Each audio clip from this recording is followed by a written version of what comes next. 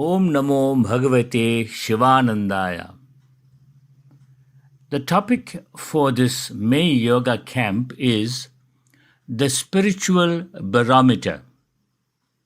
As you know, a barometer is an instrument that measures atmospheric pressure, used especially in forecasting the weather and in determining altitude. So, a spiritual barometer, therefore, may perhaps be used to measure our spiritual progress, because we, as ordinary seekers, cannot really gauge our spiritual progress. Of course, there is no such instrument. Only saints and sages can measure our progress.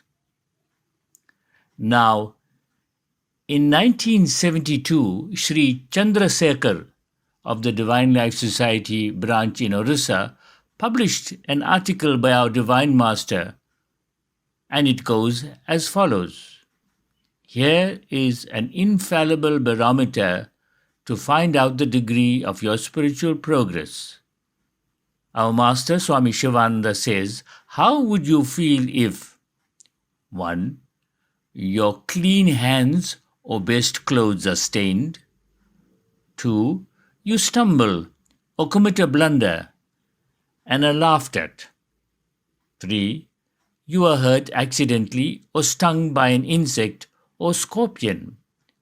4. You suffer from illness or pain. 5. You do not succeed in your efforts. 6. You do not get a thing that you want or find that something you possess is missing. 7. You are kept waiting for a long time by another person. 8. You are insulted or abused for no reason. 9. Others fail in their duties towards you. And 10. You suffer a loss or bereavement. Our Master concludes as follows. If none of these can disturb your peace of mind and you are indifferent to them, you have won the struggle and achieved 50% self-control. God sends trials and troubles to strengthen your character. Greet them and test yourself. Unquote. Your daily life. Our Master regarded the living of your life equally important as the practice of your spiritual sadhana, your yoga, Vedanta, and meditation. Perhaps he regarded the former more important than your spiritual life, because if your daily living is proper, then alone will your sadhana proceed unhampered and be progressive, and it will yield fruits, and it will go on yielding fruits. You don't have to wait till it culminates in spiritual realization. It would go on giving flowers and yielding fruits step by step. If your life is lived rightly, your sadhana will be fruitful, progressive, and effective. If your life is not lived rightly, the fruit or result will not be proportionate with your effort. Now, for the beginner, our Divine Master summarized it simply and beautifully. He gives 4 steps. 1. To attain spiritual progress, one must serve, love, give, purify, meditate, and realize. We've heard this tons of times. Are we practicing them? These are the barometric rungs that are simple for all to understand and implement. They can be measured. How and who we are serving in our daily lives? Is our love for all and everything growing each day? Are we giving of our love, our material goods, our time, and our prayers to others? In times of disasters, are we serving and assisting those in need? Well, these are some practical examples of how to measure our spiritual growth and transformation, if that is possible. 2. The universal prayer which is found in the Divine Life Society prayer book, contains a checklist of achievements which we can monitor. 3. The Song of 1880s is also contained in our prayer book. These are the qualities which an aspirant should possess.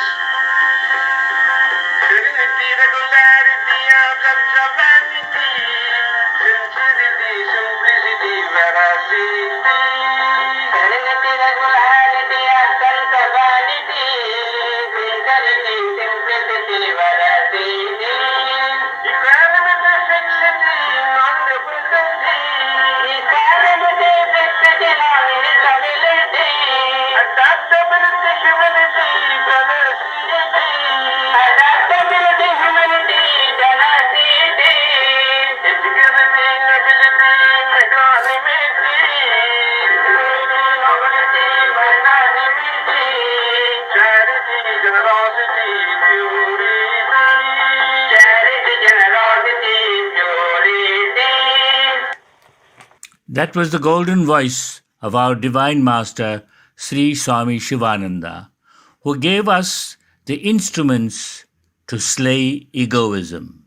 And the fourth step is the spiritual diary, which is a useful tool to make spiritual progress. More about this a little later. Signs of spiritual progress. Now, further to the article published by Sri Chandrasekhar, our Master furnishes us with the following guidelines. The gradual inward progress is mostly silent and unseen, like the quiet unfolding of a bud into a flower in the hours of the night. Therefore, says our Master, do not be dejected. Do not depress yourself with the idea that you are not progressing. Real spiritual progress is really and accurately measured by the peacefulness, serenity, and calmness that we manifest in the waking state. Our Master continues, you will have a healthy body and mind. The excretions will be scanty. The voice will be sweet. The face will be brilliant. The eyes will be lustrous. You will be ever calm, tranquil, and poised. You will be ever cheerful, fearless, and contented. You will have discriminative and dispassionate faculties. There will be no attraction for the world. Things that used to upset you before will not upset you now. You will have an unruffled mind. You will have introversion. Things that used to give you pleasure produce disgust or a reverse effect now. You will have a one-pointed, sharp, subtle mind. You will be longing to have meditation. You will have a steady asana. You will experience lights, visions, divine smell, and divine taste. The idea that all forms are forms of the Lord will get stronger and stronger in you. You will feel everywhere the presence of God. You will experience the nearness of God. And finally, you will develop a burning desire for selfless service. These are the steps given to us by our Divine Master, Sri Swami Shivananda. Grace. The spiritual barometer in the case of ordinary sadhakas like ourselves is constantly changing. At one stage, it may indicate a very high reading. The next, it may plummet. It is attachment to this worldly life that causes this downward movement. How can we be freed from the trammels of this worldly life? Our Master says, it is Guru's grace alone that will sustain the disciple and show upward movement on his barometer. In the book Guru Bhakti Yoga, our Master says, it is through the Guru's grace alone that an aspirant can stick to the spiritual path and break all kinds of ties and attachments. However, Guru's grace will descend only on a deserving disciple who struggles on the path and who thirsts for realization of God. The company of the Guru is a question of supply and demand. If there is a sincere demand, the supply will come. This is the inexorable law of nature. Unquote. In his Guru Purnima message of 2007, this was the last message by Pujya Swamiji. Pujya Swami Sahajananda states, quote, if the disciple serves the Guru with faith, love and devotion, the Guru will work through the disciple and hasten his spiritual progress. Our Divine Master himself says, if you take care of my mission, I will take care of you. In several places in his books, the Master explains how the Guru's power works through the disciple and hastens his progress. He says that the Guru's power works with tremendous speed. In order to get the grace of the Guru, we must develop faith, devotion, and dedication. We must free ourselves from negative qualities like anger, hatred, jealousy, etc. Then only will the Guru's grace work freely. Unquote. Pujya Swamiji states in Path of Divine Grace his own experience. Quote, I myself had the grace of our Divine Master when an unusual power of his descended in me. It happened on the 1st of March this year, that's 2007. When the power descended, there was a little disturbance in the beginning, but within a few days it settled down. Now there is no change in the descent of the power. I could not believe that the Master would grant me such divine grace, a grace that I do not deserve. If devotees saw my attitude some 5 years ago and my attitude now, they would be quite surprised that such a tremendous change could take place. Unquote. Pujya Swamiji is very clear on the matter of grace. One must work very hard to get the grace, but to keep it is even more difficult. To stabilize and make the power a permanent feature in one's life is the challenge. It is for this reason that Pujya Swamiji adds, quote, it might still take about 3 or 4 months for it to get stabilized. Maybe in November I will talk about it more elaborately. Unquote. The spiritual barometer will reflect stability or upward movement if we do not stray from the path. Pujya Swamiji cites the case of a girl in Sri Aurobindo ashram. Quote, I mentioned the case of some children of Sri Aurobindo ashram who went out on a hike. While they were swimming, one of the girls drowned. The children were shocked and wanted to know why the grace of the mother had not protected her. The mother said that she had deviated from the path by doing something wrong. This clearly proves that we must have all the divine qualities in order to allow the grace of the Master to work successfully and without hindrance. Unquote. Effort. It goes without saying that the grace could only be earned if one is engaged in sadhana, if one is putting in some effort. In the book Sadhana, our Divine Master states, the 3 things essential for God realization are 1. Constant remembrance of God, 2. Cultivation of virtues, and 3. Spiritualization of all activities. Constant remembrance of God. There may be breaks in the beginning, but by repeated practice, gradually, you can have constant remembrance, constant namasmarana, that is, mental repetition of God's name alone is possible for the vast majority of people. awakening of Kundalini, and raising of Brahmakara Vritti are very, very difficult. But when the mind is purified, they come automatically. Listen to what Pujya Swamiji says on this matter. I'll give it in a nutshell, is to try and make the divine name as continuous as possible. Is to repeat it continuously. See? And that is all the sadhana that we have to do. I'll repeat that. The whole purpose of yoga is to remember God. Krishna says in the Bhagavad Gita, He attains me easily, who remembers me constantly and daily. So the way to remember God constantly is to repeat His name. And later on, if you meditate deeply, you'll find that there's no difference between God and His name. They are both the same thing. The moment you repeat His name, you're in contact with God. So the whole aim is to try and make the repetition of the divine name as continuous as possible.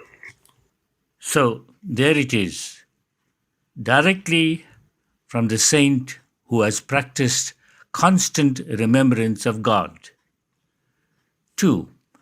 Cultivation of virtues. Our master says, of all virtues, ahimsa, that's non-injury, satya, truthfulness, and brahmacharya, celibacy, are the most important. If one is established in one virtue, all other virtues will cling to him. Watch the vrittis, introspect, develop purity in thought, word, and deed. In the beginning, practice at least physical purity. Then mental purity will come by itself. 3. Spiritualization of all activities. Feel you are an instrument in the Lord's hands, and all the indriyas, that's the senses, belong to Him. Repeat the formula. I am thine. All is thine. Thy will be done. It is a beautiful formula for self-surrender. You may forget this formula, and egoism may assert itself. But introspect again and find out your weakness. Try to be established in the feeling, I am an instrument in the hands of the Lord. So, we should be eternally vigilant against the hostile influence of the ego. If we allow the ego to take control, then rest assured the spiritual barometer will fluctuate, the lower nature. Again, in the book Sadhana, our master says, you may have aspiration to the truth. You may be endowed with devotion. You may possess a will to overcome the obstacles and hostile forces. But if the little ego asserts or persists, if the external personality has not consented to change or transformation, you cannot have rapid progress on this spiritual path. It will have its own ways and inclinations. The lower nature must be thoroughly regenerated. The habitual lower personality of the sadhaka must be entirely changed. If this is not done, any spiritual experience or power is of no value.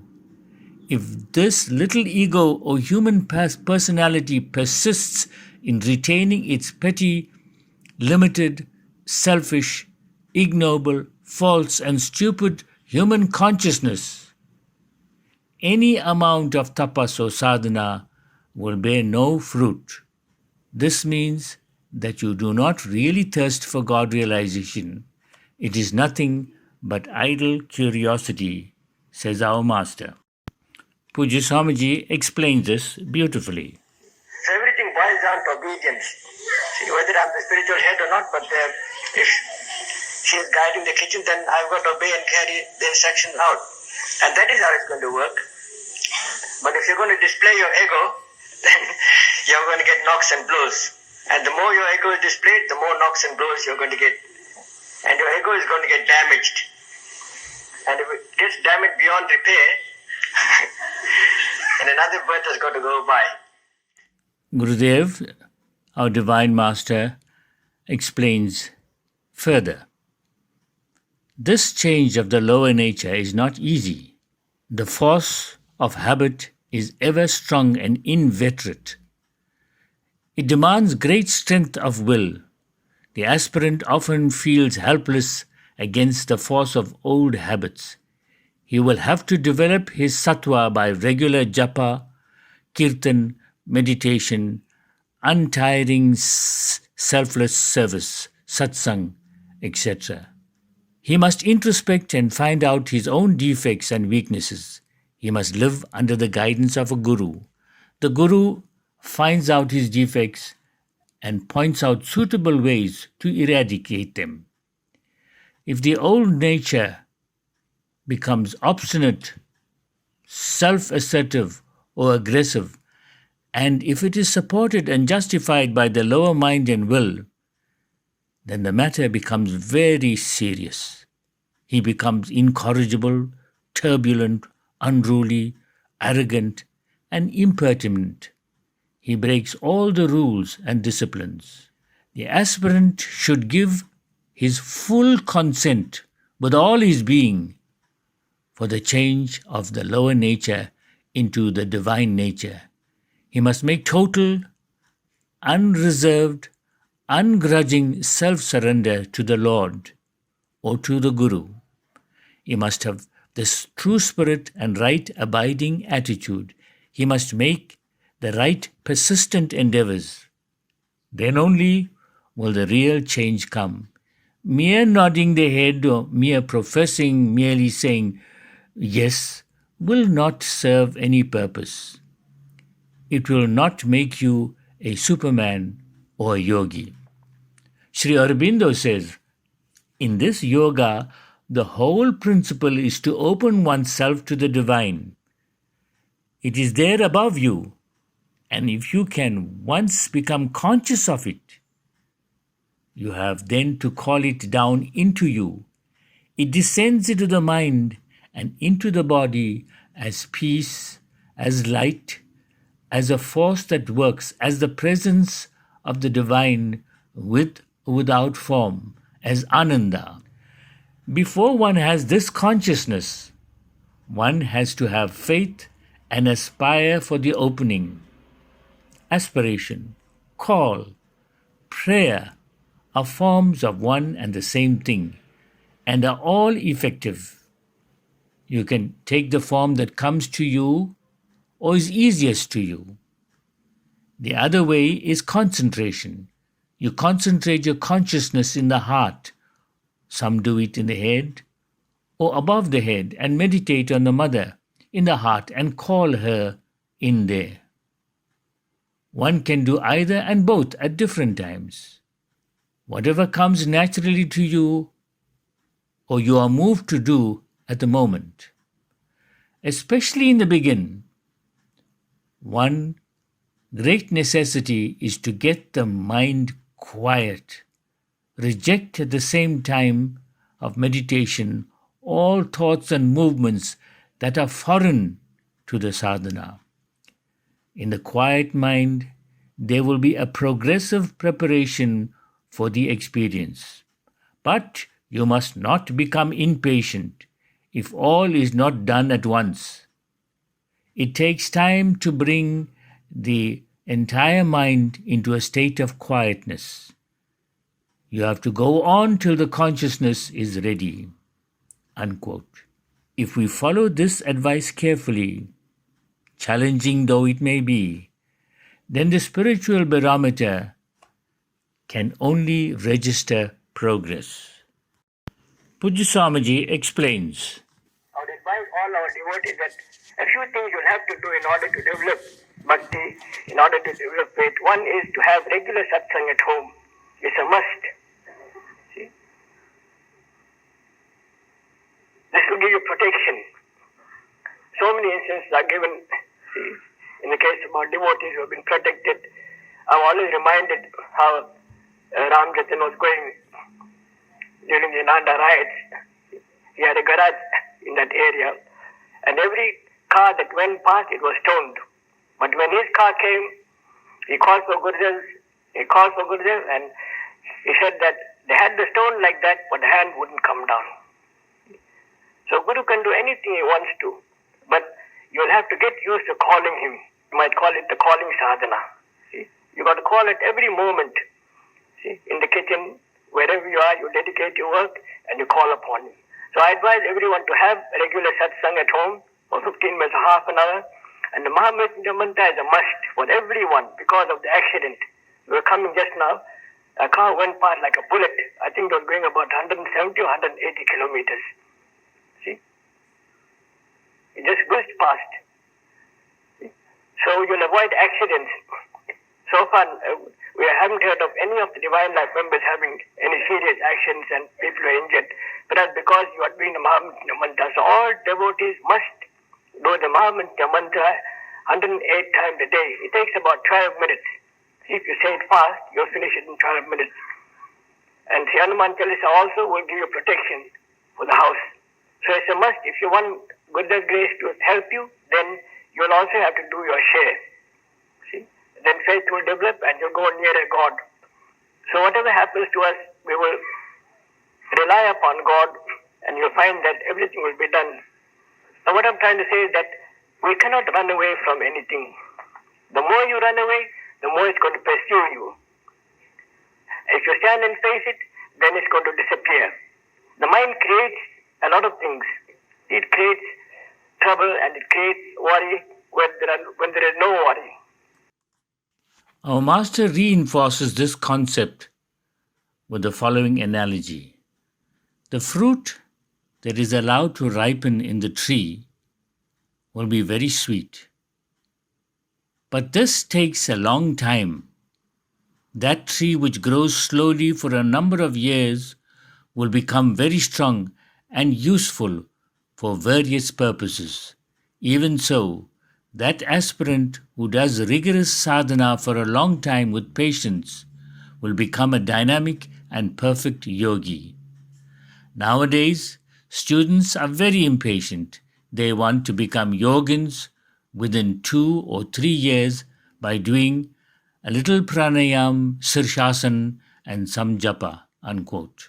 What causes the downward trend of the spiritual barometer? Bad thoughts. Why do bad thoughts come? The mother spoke to the devotees of Sri Aurobindo Ashram.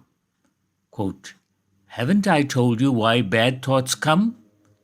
Each one comes for its own special reason. It may be through affinity. It may be because you call them. It may be because you expose yourself to attacks. It may be all of this at once, and many more things beside. Bad thoughts come because there is something corresponding somewhere within you. Otherwise, you might see something passing like that, but they would not come inside you.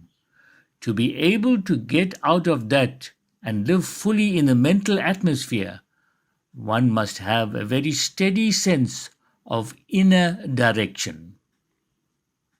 That is the guidance from the mother of Sri Aurobindo Ashram.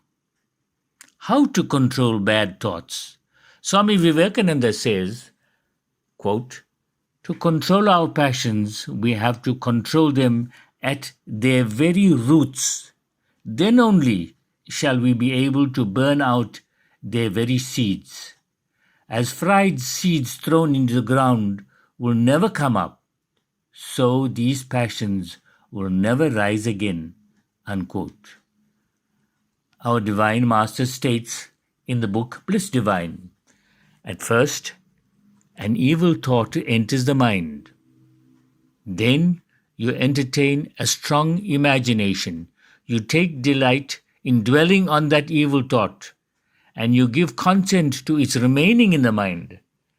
Gradually, the evil thought, when it is not resisted, takes a strong hold of your mind.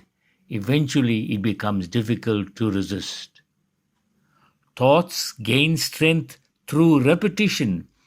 If you entertain an evil thought or good thought once, this evil thought or good thought has a tendency to recur. Similar thoughts crowd together, just as birds of a feather flock together.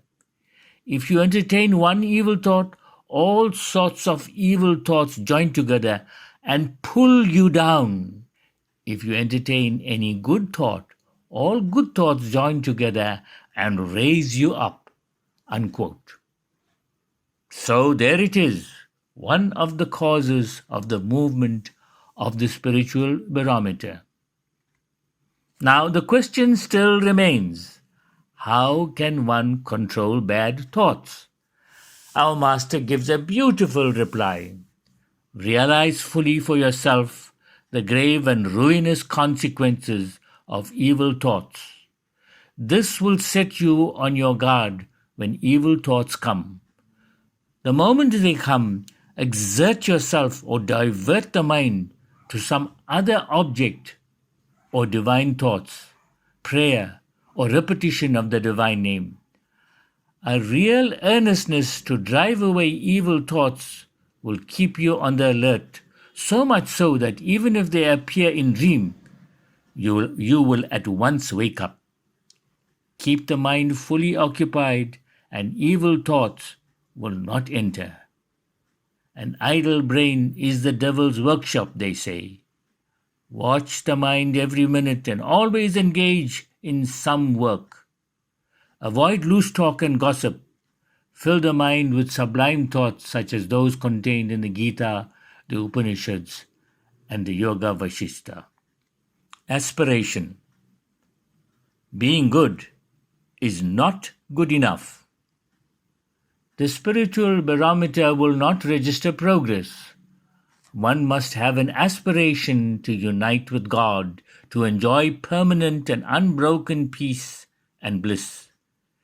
In Path of Divine Grace, Pujya Swamiji states, the main obstacle on the path of most of our devotees is that the psychic nature or the soul force is not open for receiving our Master's grace, for inner transformation. Their hearts are locked. That is why I termed Yay Lock Sadhana. Most of our devotees find it difficult to admit their mistakes when they are pointed out. In order to help devotees to overcome their defects and solve their problems today, that is the 11th of July 2006, I am launching the Spiritual Diary program. Devotees must keep a record of their daily sadhana, etc. Sri Gurudev's diary can be modified to suit their needs. In this way, they can study their minds effectively and not only make spiritual progress by developing virtues, but also find out their defects and remove them. In the book Sadhana, our Master states, the keeping of a daily spiritual diary is an indispensable requisite. It is certainly of paramount importance. Those who are already in the habit of keeping it know its incalculable advantages. A diary is a whip for goading the mind towards righteousness and God. The diary is your teacher and guide. It is an eye-opener. It will help you to destroy all your evil qualities and to be regular in your spiritual practices. It shows the way to freedom and eternal bliss. Those who wish to evolve rapidly must keep a daily record of their actions. If you regularly maintain a diary, you will get solace, peace of mind, and quick progress in the spiritual path. Maintain a diary daily and realize the marvelous benefits. Unquote.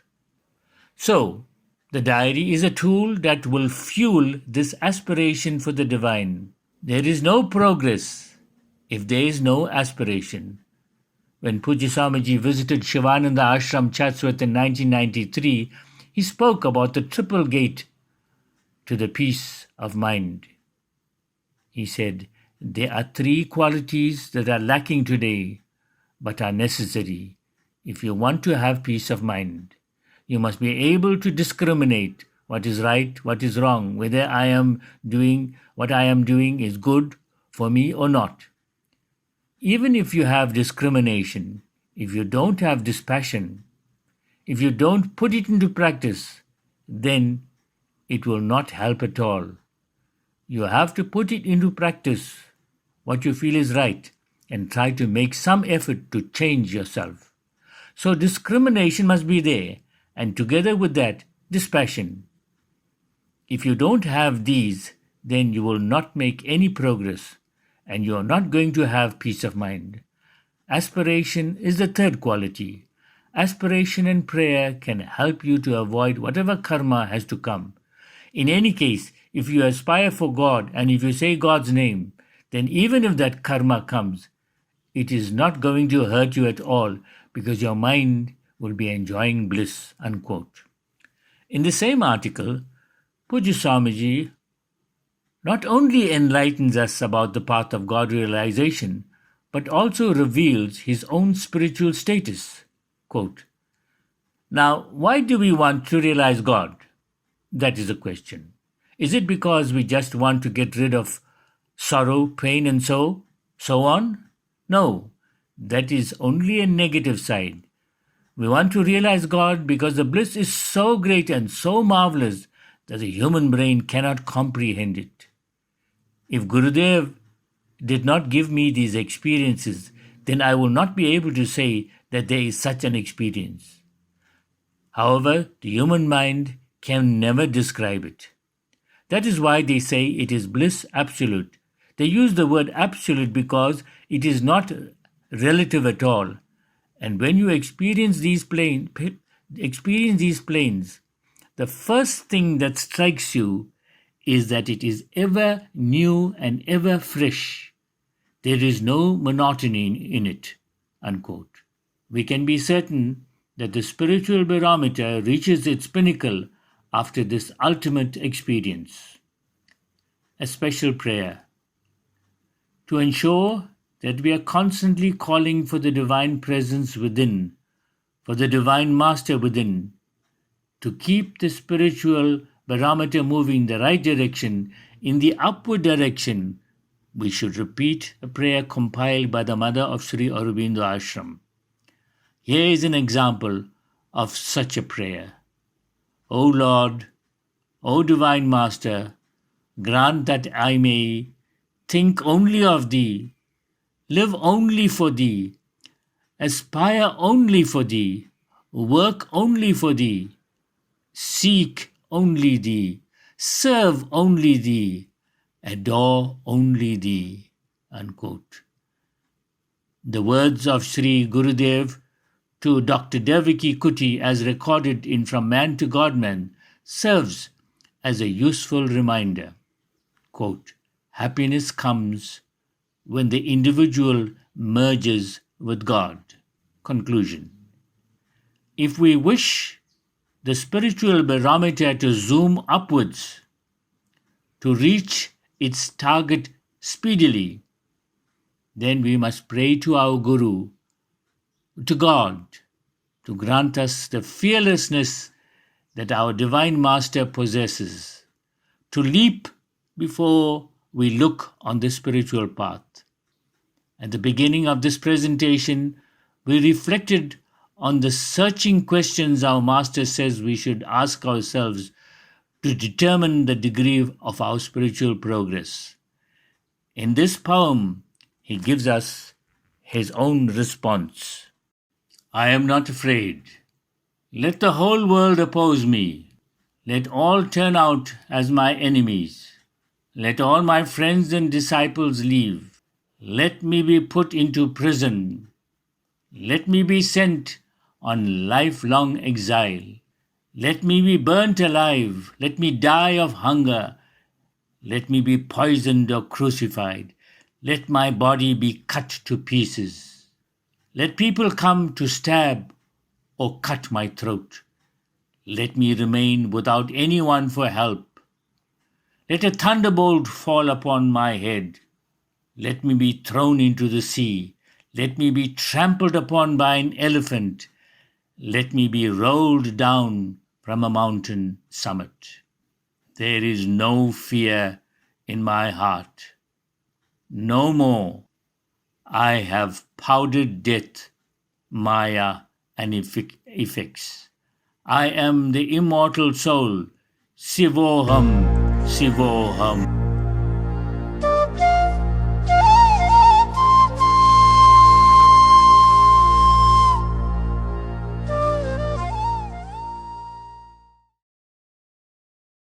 Om Namo Bhagavate Shivanandaya. The spiritual darlings from the Pietermaritzburg branch of Divine Life Society of South Africa will be presenting verses from the Srimad Bhagavad Gita, followed by the meaning. These are taken from chapter 12, wherein Lord Krishna explains to Arjuna the qualities that make one a true devotee. The interpretations are taken from Swami Shivananda's commentary on the Gita. The compilation of these verses is called Amrit Ashtakam.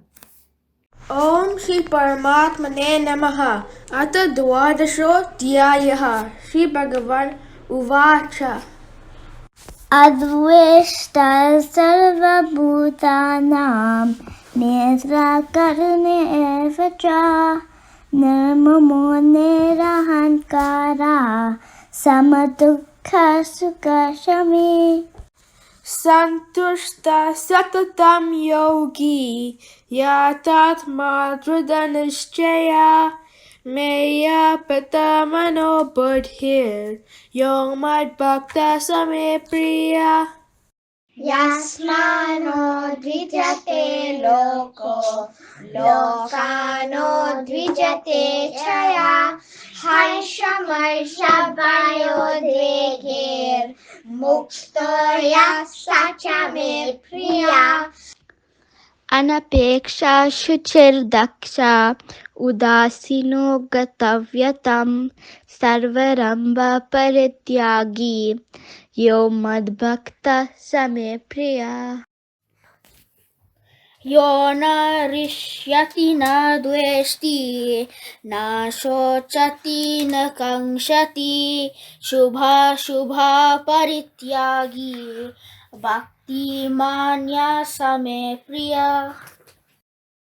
Samashatra cha mitre cha tatamana pamanayo shitushna sukhe dukhesho samasanga vivajita.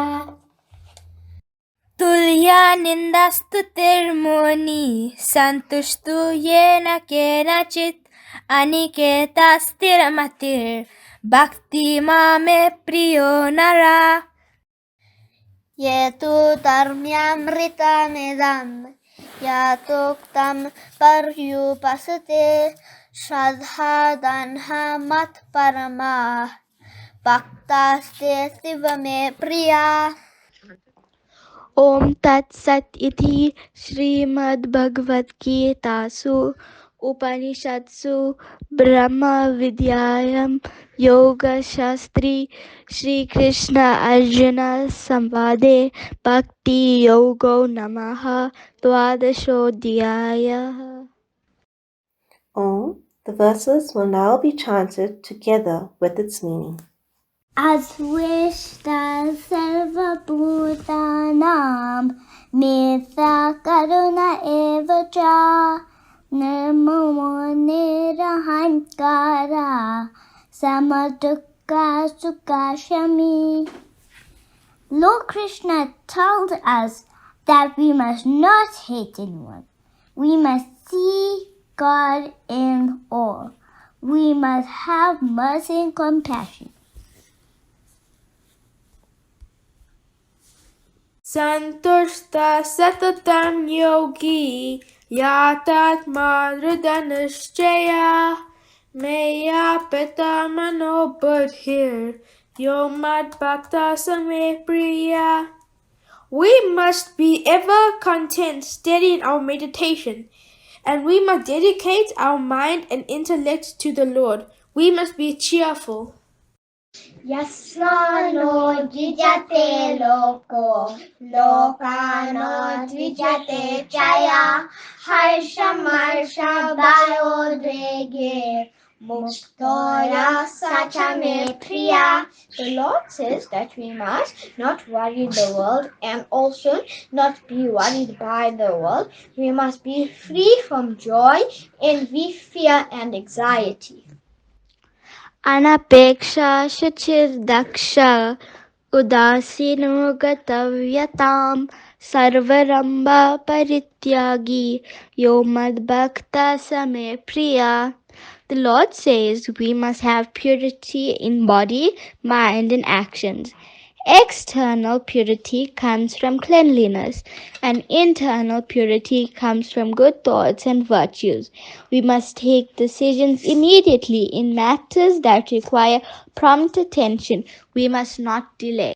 Onarishyati na dveshti, na shochati na kangshati, shubha shubha parityagi, bhakti manya same priya.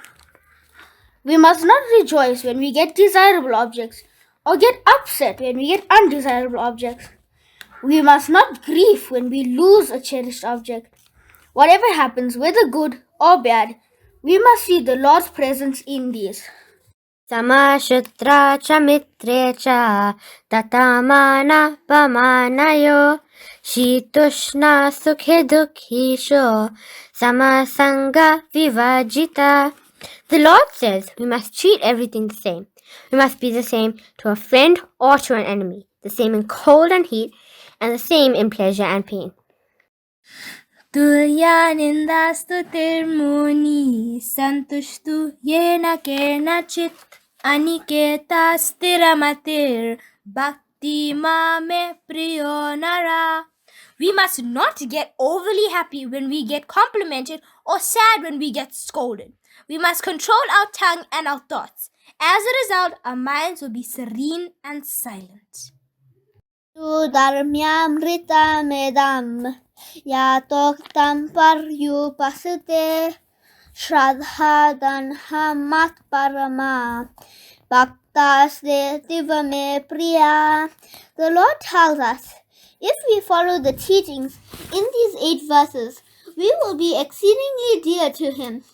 We will have peace, bliss, and immortality. Om Tat Sat Iti Srimad Bhagavad Gita Su Upanishatsu Brahma Vidyayam Yoga Shastri Shri Krishna Arjuna Samvade Bhakti Yogo Namaha Dwadashodhyaya.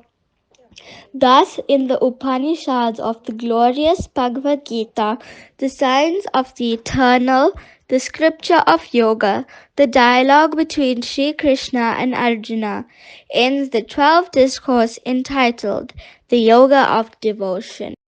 Om Namo Bhagavate Shivanandaya. Hari Om, dear camp participants.